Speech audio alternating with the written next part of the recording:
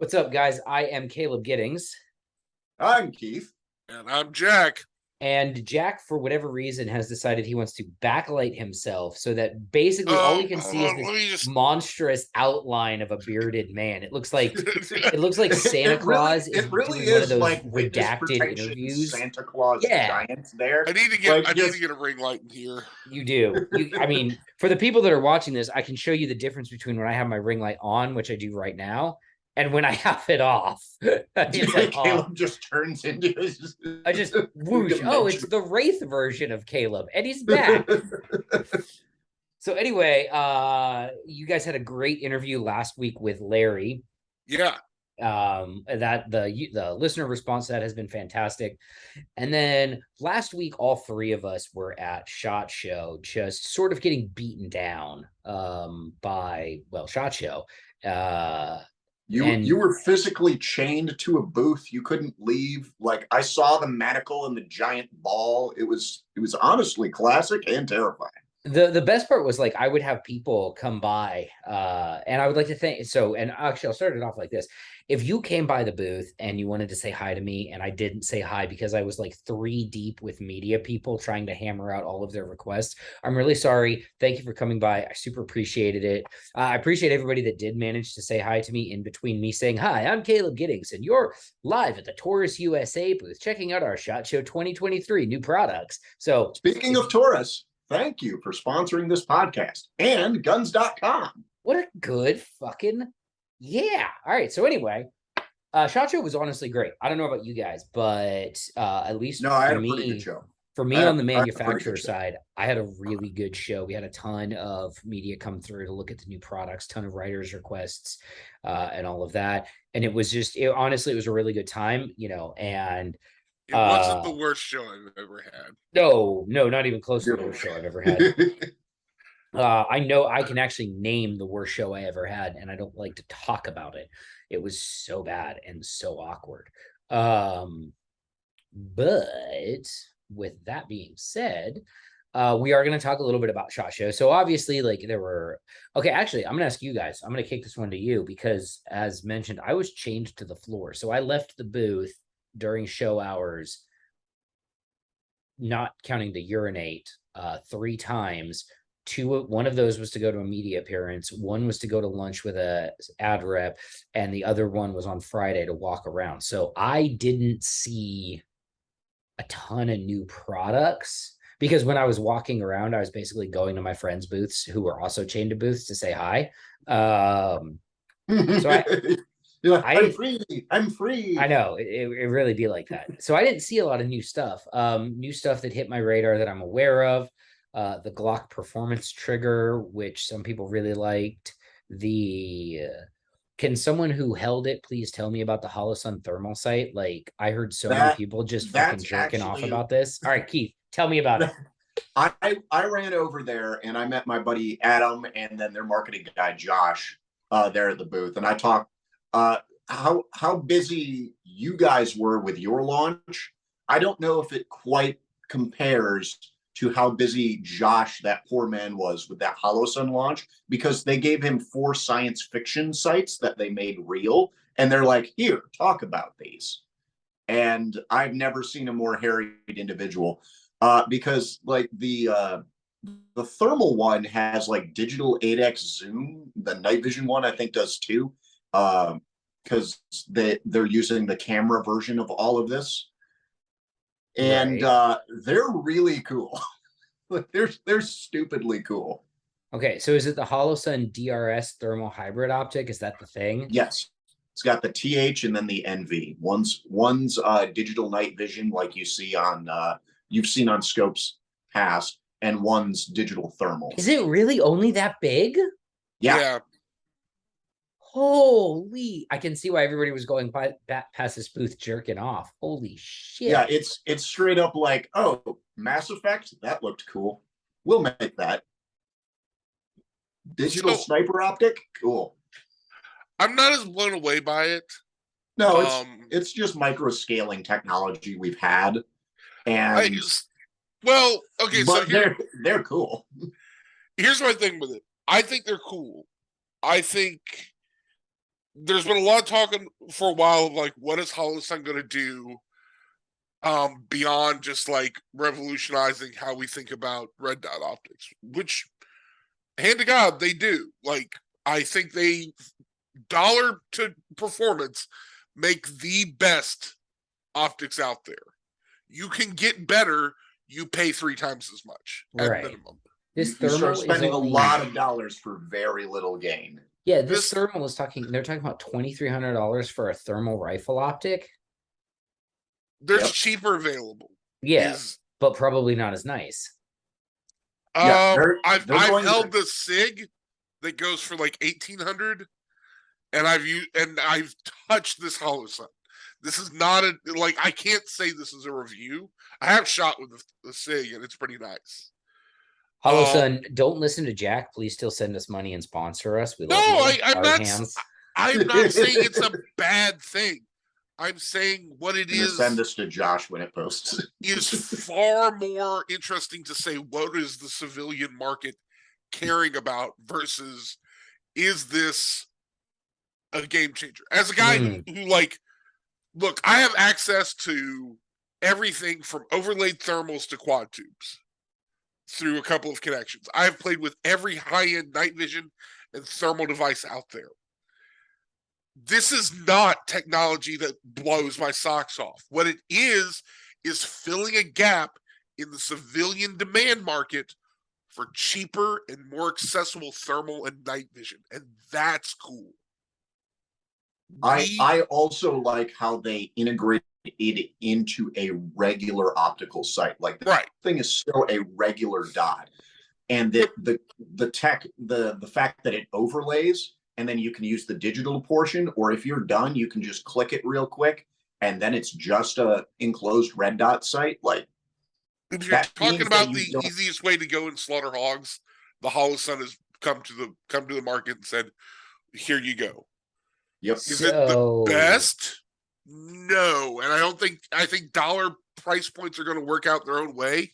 I'm curious as to what this hits the market for. Fair. MSRP, they're listing their pro model, like their beefed up, better emitter model, is supposed to hit at 23 MSRP. Yeah. But we all know margins and market price do their own thing. So we'll see what it hits the market for. It's doing the right thing.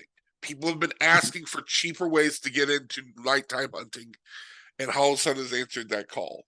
Yeah, absolutely. So, and I don't think anybody, well, I'm sure somebody thinks it's like going to be the best thing ever. What I think is probably impressive about it is the size, the size to weight ratio, and the price point that it comes in at, because you can get bigger, or you can get cheaper thermal. You can get them bigger as well. But I just think that for what it is and what they're asking for it, that's a pretty screaming good deal. Now, here's another thing. It's going to hurt the hog population. And that's honestly what it's there for, is to cut into the hog pop. Here's what I'm going to say, Holosun. If this is your first step, your next step needs to be what we already know that you have access to, what we already know you can do.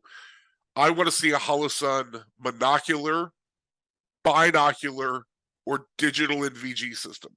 No joke. While we're doing this, I'm Googling thermal monoculars and NVGs, because I feel like I should get more. Right. And here's the thing. As someone who if you give me a handheld thermal unit that's sub $3,000, that's worth a shit, that sells all day long. Yeah, absolutely. We know that Holosun is capable of producing night vision equipment now. I want to see a helmet mounted system that's sub $2,000. Sub $2,000, digital NVG or monocular, one of the two. You can argue a lot about how digital night vision is not as good. I agree. It is not as good. It is not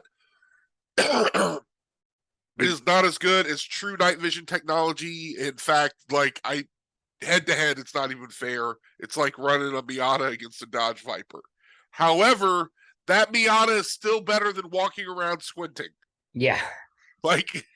And if you make it lightweight, accessible, give it good energy efficiency and a good refresh rate, so the images are actually usable, which is one of the things on digital night vision that fails in the super cheap seats realm, which still isn't that cheap. But you get into the cheap seats of night vision, and your refresh rate is garbage. It's like lagging with a browser from '95. Right. I was going to say it's like playing Wing Commander on a slow computer, but that's a reference that not a lot of people are going to get. How many floppy disks was that on for you? So I didn't. So I had it on the load disk was 2 disks that you could use to install the whole program. But because the computer I had was so old, I needed to use a boot disk, like to get it to run fast enough. You don't know what a fucking boot disk is? Then I'm old. That's what it is. Funny story, kids. The save icon being a weird little disc shape is because those things were real. Also, do you guys, which reminds me, it was a couple of years ago, somebody like found a bunch of old 3.5 discs and was like, I don't understand why they call these floppy disks, because they're not floppy. And then, one of us ancients was like, oh, my sweet summer child. Oh, but they were. There was a technology before this that would. Oh man, I remember playing Oregon Trail on those. On the 5 1/4s, yeah. On the green screen, 4.5 inch, yeah. I So think probably if you want to talk about like things that made a splash, Hollister made a splash. Yeah, for sure. Gun-wise, Keith wins. Keith called it going to be the year of odd calibers. He's 100% correct. Somebody knows something about 5.7 that I don't. I would love to know what you guys know about 5.7 that I don't know.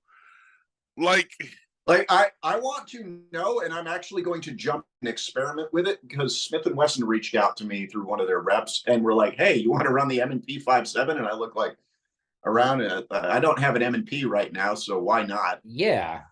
Like, okay, so but I'm actually with Jack on this one. Like, does somebody know something about 5.7 that I'm not aware of? Because I've read OISs of 5.7, guys. I've seen it. It's not a great round. I still think it's just bougie 22 Magnum, man. So it's actually not as okay. Out of a rifle length rifle, it's actually not as good as 22 Magnum. Because I've shot coyotes with 22 Magnum, and a friend of mine who I trust very, very much has shot coyotes with 5.7, and we compared our experiences, and he's also shot them with 22 Magnum. And out of a rifle length rifle, the 22 Magnum worked more better on coyotes than the 5.7. Now I get it, a coyote is not a person, it's a 35 to 45 pound animal, but bullet do more killing that not 5.7. I need to know what the fuck this is. Never heard of a fatal shooting involving 5.7 that was less than 15 rounds. And here's a flip side to that. Legendary lawman Chuck Haggard shared an anecdote with me that every 22 Magnum shooting he's responded to was a homicide. Right. Like, look, somebody knows something. Either you guys found a bunch of 5.7 barrels somewhere and had to start like chopping these things up to make something happen. But no, why would there be M&P 5.7 barrels? That is a new I don't thing know. that they have to make. What are we? Are we preparing for the Cylons? Wink if yes. Like, please tell me what we're doing with these, because I'm very confused. Anyway, I just had to jump into the 5.7 game because a friend of mine, he texts me a picture of the new FN with the optic ready. He's like, talk me out of this. I'm like, it's your money. Do what you want to, man. And then like the next email I opened was Smith & Wesson going, hey. And I'm like, well, this is what I get. I have to suffer with the expensive 22 Magnum ammo too. Yeah. So I'm just really excited to announce our latest product launch at Taurus, which is the Raging Galactica. It's an 8.5-inch revolver in 5.7 that uses moon clips. I don't know. How many rounds of 5.7 did you get in a cylinder? It better be like a Chiappa too. It better be bottom barrel. And in a raging bottom and top barrel. I want double barrel. Simultaneous. It shoots 2 at once. Okay, so but in a raging hunter-sized frame, I can squeeze I can squeeze 7 rounds of 357, and there's a lot of like cylinder wall left, so I could probably get 8 if I really wanted to, which means I bet we could get 8 rounds of 5.7 in there really easily. But What's why? Yeah, I don't know why. Fucking, that's my point. Why? What is going on with the 5.7? I mean, I held it. It's cool. I actually did get to hold the metal M&P, and I was like, "Ooh, this nice." Okay, no. No, hold on. Order the cord. It feels nice in the hand. Okay, Like if I was gonna go shoot it. I'm not saying that you're wrong to say it feels nice in the hand. It does. I've held it. What I am saying is a polymer gun. What if we make metal frame? Is out of line, out of control. Do you guys remember CCF race frames? There's something to it. So, because I remember the CCF race frames when they tried to do this with the Glock back in like 1998. And I remember a dude who bragged like his practical tactical was a CCF race frame with a Glock 35 slide on it. Did it work? It was the 90s. We didn't care if things worked back then. That's true. We cared about how much shit you could say after my custom whatever. Yeah, it had to be the longest possible sentence you can imagine. Guys, okay. Sorry, before I go off on 90s gun culture. All right, so it was the year of weird calibers. What did anybody see? I'm trying to think. Help me out with some new guns, right? Like I had my head so far at my ass with our own new product launches that I knew about the 5.7 M&P, which is a 5.7 M&P. Yep. Did anybody else launch anything new? IWI did their Carmel. Is it Carmel or Carmel? Carmel. They're very insistent on that. Or if you read my newsletter on the day of the launch, it was the Camel. Nice. Well done. Okay, so is this just like we have a Masada at home? It really is we have the Magpul Masada at home, and oh yeah, we did it right. But also, it looks like we can, you could actually buy it, unlike the Magpul Masada. Oh yeah, it's for sale, and it's for the price point that they originally said. Because you remember, I remember, we all remember the grandiose video from the SHOT Show booth of them showing off the Masada and then going, "It'll be this price, this many dollars," and then Bushmaster is like, now premiering it at way more than originally promised. Right, so many more dollars. It's in the Southern District of Israel, South Nestle, Rock Polo. It is located on South Judean Desert. Okay, Mount Carmel and Masada are nowhere near each other in Israel, by the way. I just looked just to see. I was like, for a minute, I thought those clever little guys at IWI might have been having a little bit of funsies with us, and like Mount Carmel is located near where Masada is, but they're not. They're on kind of the opposite ends. The story behind this U.S. launch is pretty wild because they've been trying to get it here for years, and the ATF, as ATF do, is like, haha, no. And so eventually they took the screw it, we'll do it live option and built it here. With several redesign factors, which is also funny because the purists, the cloners who've never had any access to this firearm at all, so I don't know why they're cloning it, are kind of mad that they don't have some of the original features. And some of the original features are actively bad because they're from 2007 and we know better. Right. One of the big ones was the quick change barrel system. They got rid of it. Why? Because quick change barrels are dumb. Quick change barrels are dumb. All right, hang on, guys. So as I'm running down this Masada Carmel connection, there's a city of Carmel in Israel, which is like Caramel, fancy. 36 miles from Masada.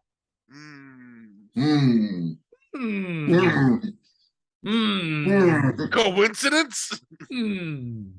No, I don't think so. That's fantastic. I love stuff like that, actually.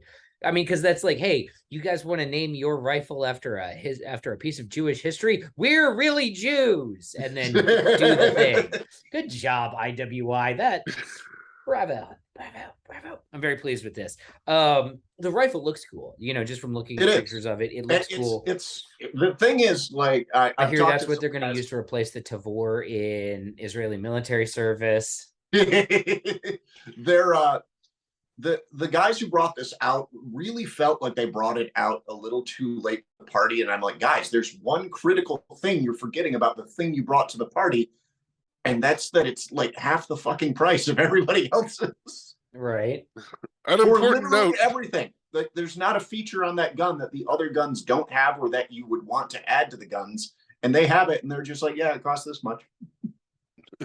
$17.99. Like, okay.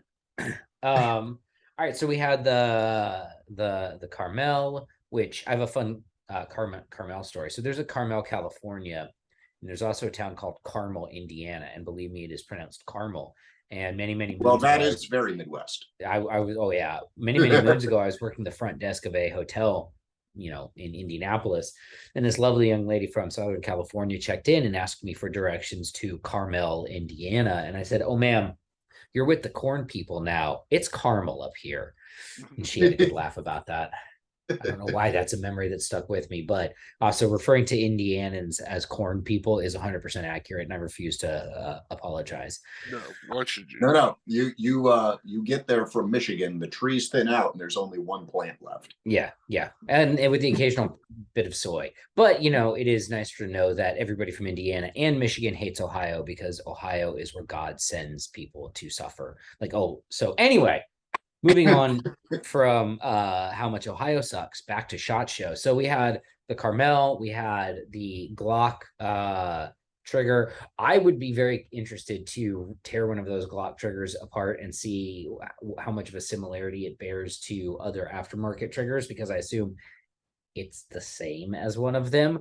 But like when you really get into it, there's a certain way all those parts work, and there's not too much variation you can do on that. So yeah.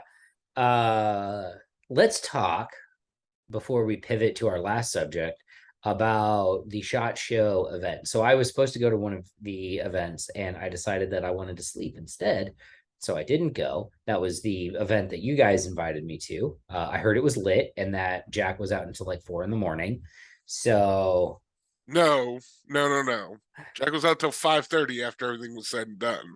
I remember because I saw your Facebook post at 7:30 in the morning, and it was timestamped from 2 hours before I saw it. I was like, "Oh, Jesus, God in heaven! I am so glad I didn't do that." And then, did you guys go to the cry party, which I did not go to? I did not go to the cry party this year. Made me really sad when I learned what the theme was. Mm-hmm. It looked like an absolute blast. They always kill it. Yeah, the Honey I Shrunk the Party, all the games and everything turbo size, that looked a lot of fun, and I was very disappointed.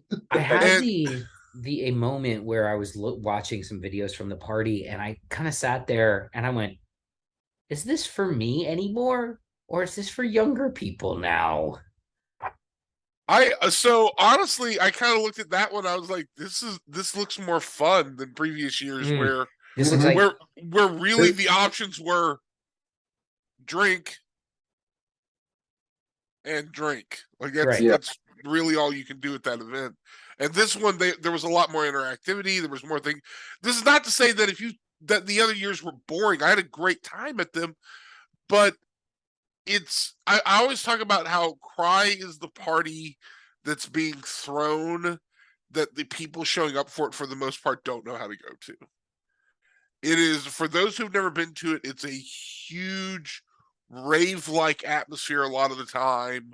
You'll have dancing girls, you'll have DJs, lasers, there's races going on, and then you cram like 3,000 people in that, and 1,800 of them is like, "I like guns." It's like, bro, come on, we're having a great time. There's music. Right. No one's dancing. It's so weird to me to be at a party like that and see no one having like a good time. Okay, so there was another party that same night that I made an appearance at, and I do mean I made an appearance because for those that don't know, I didn't drink most of SHOT Show. I finally broke my not drinking on Thursday and Friday nights, where I had like a combined total of 4 drinks across 2 nights. People who have known me from previous SHOT shows are shocked. That's normally what I would drink for breakfast. So I might have had a small problem, guys. But anyway, so the party on Wednesday night that I went to instead of the cry party, I won't say who hosted the party because it wasn't. It's not like sometimes, but very rarely is it the party organizer's fault that their party turns out lame, and it's rather the people that showed up for the party that make it lame. And so I walked in and I enjoyed the whole process of getting in. It was kind of like this, like, you know, hey, give the secret passcode to this guy, da da da da da. It was very fun. And I get in and I go to the party, and every single person there is like already clumped off. The way it was laid out was like there were booths, and it was really easy to like form clumps of people in these booths that wouldn't promote intermingling between said people. There was a DJ, he was spitting fire. Like when I showed up, he was playing Holla Back Girls. So I expected there to be a bunch of white women on the dance floor. There were 2 girls on the dance floor. 2.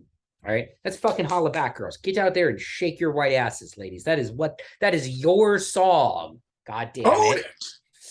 So I legit, I did a lap. I didn't see anybody that I would have wanted to talk to if I was drunk, much less if I was sober. So I was like, and bye-bye. So I left. And it was a bummer because I was like, this could have been a cool party. Now, do I think that if I'd had like 6 gin and tonics, I would have made it a cool party all by myself? Yes. But no, it was interesting because I didn't go to Cry this year. There's some, and I did feel like, so to bring it to our last part of SHOT Show is, what did you guys feel like the vibe was like at the show? Because I felt like it was a very chaotic up and down vibe, like lots. So like I got told that they were back to like pre-2020 attendance levels. I don't know if that's true. It did not ever feel that way. I would believe that it is. There are less booths this year. I don't think that's a problem. Oh, did you guys go to the Caesars Forum thing? No. Yeah, I don't cross that bridge. I did. So they said that they had 52,000 industry, over 52,000 attendees this year, which is definitely back to pre-pandemic levels. I'm looking at the NSSF press release. Okay.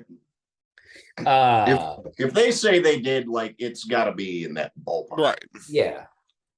So, because I felt like a lot of people were really excited to be back at the show, right? Like, yes, that's what this show felt like. Is everyone, like, there wasn't a lot new. It was again the year of weird calibers. There were a couple of cool things that came out in optics, in rifles. Everyone is building a bolt gun or a lever gun now because, we built ARs for 15 years. Right, I'm bored of them. Yeah. And so you're coming into a couple of new things, but that wasn't the vibe. This wasn't a new product vibe. This was we're back, guys. I can go like talk to the people I haven't been able to see in 2 or 3 years. Well, spit on a stripper. Don't spit on strippers. It's rude. Don't. I will say there was a huge thing that we noticed, which was we went to Circle Bar as a group, and we found a spot, we settled in, and I did this. I recognized 20% of the people here, which before, if I was at Circle Bar, I would recognize 100% of the people there. I would recognize, the worst day I ever did at Circle Bar, I was probably like, oh, I think I only know about 80% of these people.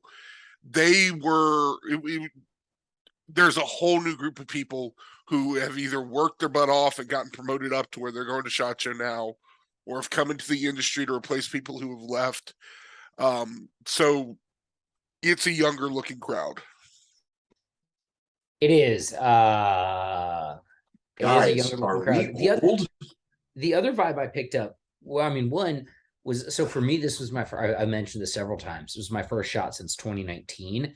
And it was interesting to see that the industry has gotten much. I felt like in general, the crowd was younger at the show. I didn't see anybody with an RSR cart, so I think that RSR has finally heard our incoherent ramblings and got I rid of saw those. one. I saw one guy with them.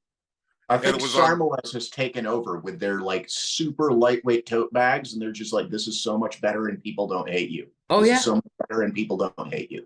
Now the vibe I caught kind of from an industry standpoint was uncertainty, right? So like we all know that, so everybody pretty much thinks it's going to be a slow sales year.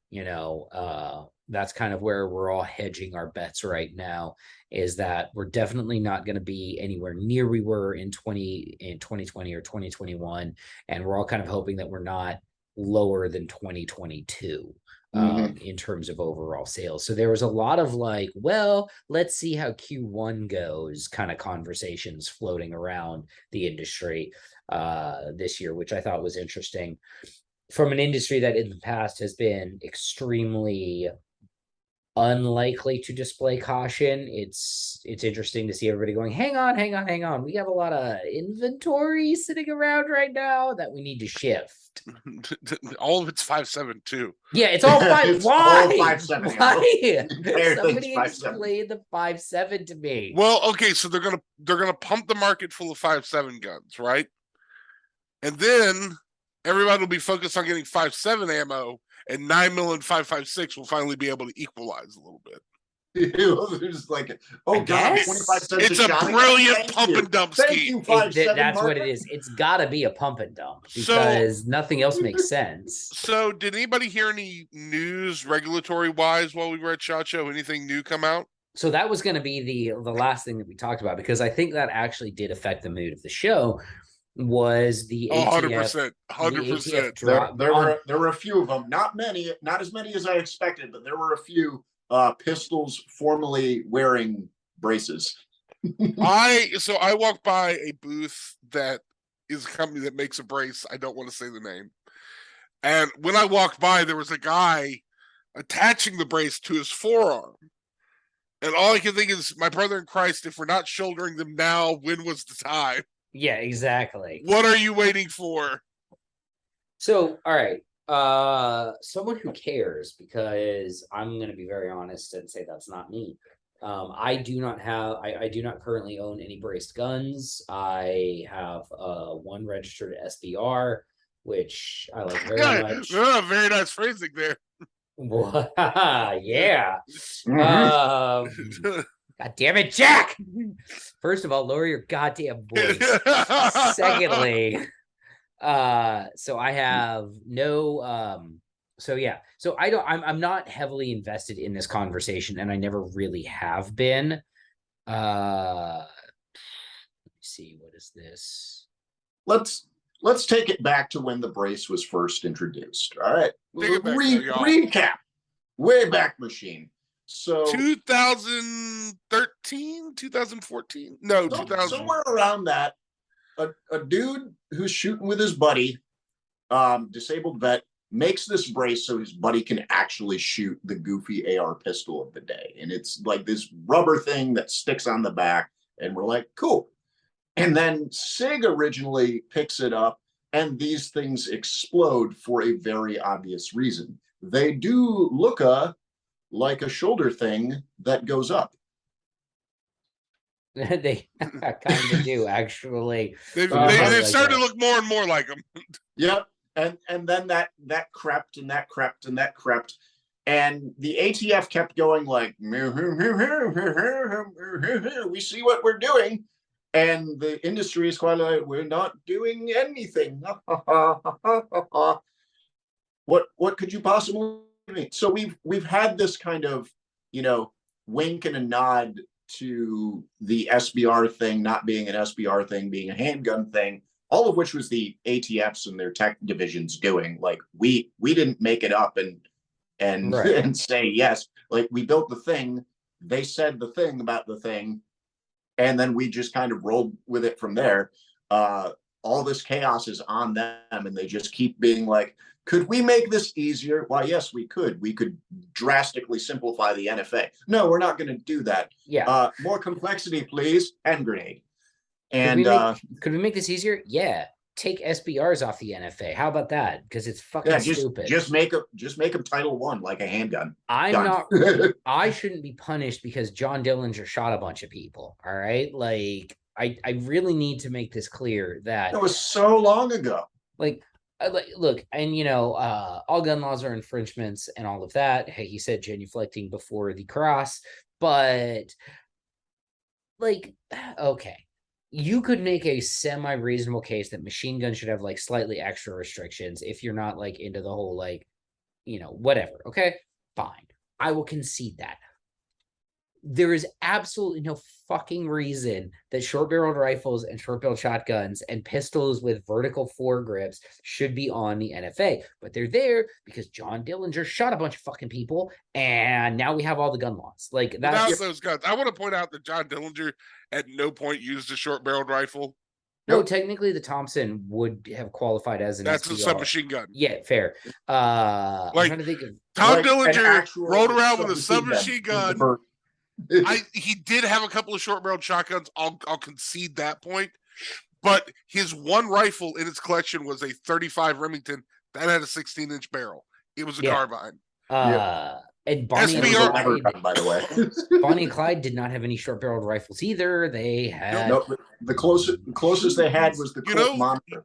You know who had short-barreled rifles? The reason why it's on the NFA, poachers. Poachers had short-barreled rifles because they were easy to conceal going in and out of people's property. The NFA is they attached it to the 1920s gangsters because it was an easy way to start public panic. Hey, what do we know about that? But there's so much on there. Suppressors shouldn't be on there. Short-barreled rifles shouldn't be on there. And the one thing that we've almost gone to the Supreme Court about, but didn't, well, it went there. They gave an opinion. Were short-barreled shotguns, which they say in no way, shape, or form had any place in a militia. Now I'm dead serious. I looked this up. I'm familiar with the case. Nowadays, I would guarantee you that short-barreled shotguns have a place in the militia because it's about opening doors. Right now, preacher. M26. I don't want to like hammer people about the Second Amendment. There was a really great book written recently by Larry Correa. You should go read talked that. About. What I will say is, I've read this whole document 4 times now. I've read what legal people believe about it, and I would be very careful taking advice from lawyers that you do not pay. Or people on the internet, which also includes us. Right. I'm not going to tell anybody what to do. No. Like, there's nothing for me. I'm not going to tell you what I'm going to do because I don't want to influence your decision making by being a jerk off on the internet. Or put it out in a publicly discoverable forum, that either. That's how I roll. But here's what I'm going to tell you. Here's my analogy for this situation. The ATF got up today, put on a Serpa holster, and wrote this thing. And what it is a 1911 Commander with the safety off, which they then holstered up in that Serpa holster. Because, man, are they about to Tex Grebner themselves? Shout out, old school reference. Guys, this thing is going to go to court. It's going to get shaken out, and it's going to take 7 years before we see the end of it. Oh, and here's the other thing about it. That's not their 1911 cocked and locked with the safety off. That's not theirs. That's just the one they were handed. They don't care about it. Right. Not at all. They wrote an opinion on it. Their opinion is full of falsehoods. They believe 1.4 million people will be affected by this. That is blatantly untrue. It's between 10 and 40 million, but their official position is 1.4. Their belief is super owners make up the vast majority of people owning these things. And so they think that like 1 million people own 40 of these each. Yes. Guys, I promise you, I sold these things. I sold AR pistols to grandmothers for Yes. defenses. I have Dude, too. I sold AR pistols too. I sold AR pistols and AK pistols to everybody. I like. That's the other thing. Certain guns on this thing can't even be saved. Yeah, I saw that. Okay, so I saw that 922R thing, which I'm not sure if that's an accurate interpretation of 922R because not a lawyer. Yeah. But what they're saying basically is if you had a gun that was a pistol, but it was assembled with a pistol brace on it and then imported in a non 922R compliant otherwise configuration, taking the brace off doesn't actually make it legal because it was already assembled as a rifle. So if you have one of these guns that would meet the determination of being a rifle with a brace on it, you can't just debrace it if it's one of the foreign manufactured ones, right? Right. If you have a that domestically 92R arc and then the 88-day arc, because there's the 88-day arc where like 2.2% of all background checks get lost in the sauce, and after 88 days there's no determination, and that can result in a Form 1 kickback as like denied because it timed out, and that now you're a felon because the 120-day window is closed. The question of like what the configuration 92R arc, that's massive speculation above my head. I have questions about like what they haven't really explained this, and if somebody knows where they've explained it, can show it to me. What configuration does the gun need to be in while it's waiting for the form? Because technically, once this thing hits federal registry, which it hasn't yet, it was signed yesterday though, or Monday. Okay, so it may be hitting soon as when this comes out.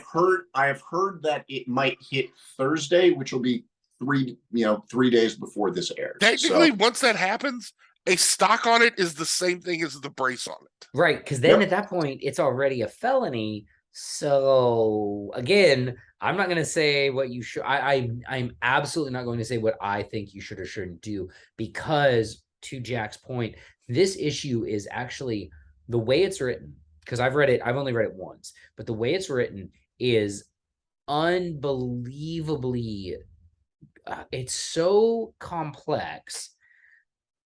And it's vague and self-contradictory in a couple of places. Yes. So, like, let's say I had a brace sitting in my closet and I put it on a 16-inch gun, and then I took that apart and just sent them a picture of the braced lower receiver and then registered that as a free, basically to get myself a free SBR lower. Can I do that? I mean, it doesn't say I can't.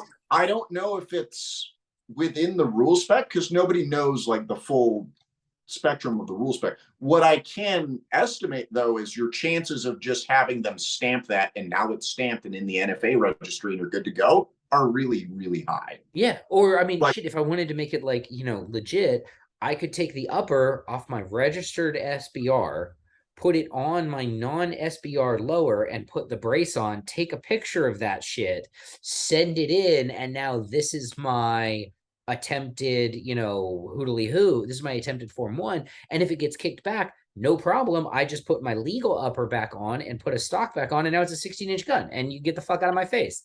Like, so actually, here's what I am going to say that you guys should do. All right, if you have legal 16-inch uppers and you have braced lowers and you have short-barreled lowers, I want you to put your short-barreled uppers. I want you to put your short-barreled lower your short-barreled upper on every single lower that you have that has a brace on it, and try to get those registered. So that, and then if they get kicked back, you just turn them back into 16-inch rifles. That's what you should do. Fuck the man. Free SBRs. I'm kind of in the let's overload the system and show them how much of a bad idea this was and break their computers in it. I can appreciate that effort because I'm in the category of I have a few braced pistols. I've always wanted to turn them into SBRs. I've just never gotten around to it. It's never been a high enough priority. Right. And now they don't want $200 from me. So I will say, if your fear is ending up on a list, you weren't trying hard enough to begin with. Also, if your fear is ending up on a list, you're probably on it already. Like there are a lot of lists, guys. Absolutely none of us are lawyers. I want to caveat this. Again. And cap this with None of us are lawyers. None of us can offer you sound legal advice. If you like legal advice, you should find a lawyer and pay them money. That. Like Because real then American money. if some shit goes sideways, it's you and a lawyer in that shit together, not just you. Mhm. I do have one other recommendation too, and I think this is actually probably like the chattiest Sigma recommendation of them all, which is ignore braces or stocks, return to tradition and shooting SAS style, pressed out against the sling with stock. Return to sling press. Yes, that's tension method. Yes, I want everybody shooting their guns like they're Charlie fucking Sheen in Navy SEALs, pressed out against the sling. 6 days for life. God, I came in through a skylight. Yeah, and you encountered a hostile. I vaporized hostiles, sir. Get everything from the room, everything but the onions. That's the best. I have it on direct authority from former members of Naval Special Warfare that's the best Navy SEAL movie ever made.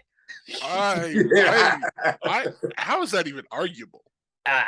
In fact, I have a direct quote from a mutual friend of ours that Charlie Sheen waking up completely drunk on a beach, had no idea what's going on, is 10 out of 10 accuracy. Like, so, press them out against the slings, boys. Fucking do it old school. Do it Charlie Sheen style. Return to sling tension. Reject all modernity. I'm actually kind of into that. I'm actually looking at like the Zenith MP5 knockoff without a brace on it because it's got the sling swivel right on the back, and I'm just like, click my fucking mag pull into that. Well, you gotta have the 3-point sling for it. Oh, yeah. You do. Those 3-point slings were fire. Oh man, the MP5Ks on like the suit jacket slings under your fucking coat. Yeah, the little. Give me that Lethal Weapon 2 vibe. All right, guys. So hang on, let's sum up this episode. The brace rule is stupid, and nobody knows what the fuck any of it actually means or how it's going to be implemented in the real world. SHOT Show was interesting. It's not. Well, that's all we know is this is not going to go well. SHOT Show was a good time. I really do actually think SHOT Show was a good time. I had a blast. I know lots of other people had a blast. And again, it was great seeing everybody. And that's it for this week. Jack slowly slid off camera, so we're just gonna end the episode right there. See you next week, guys.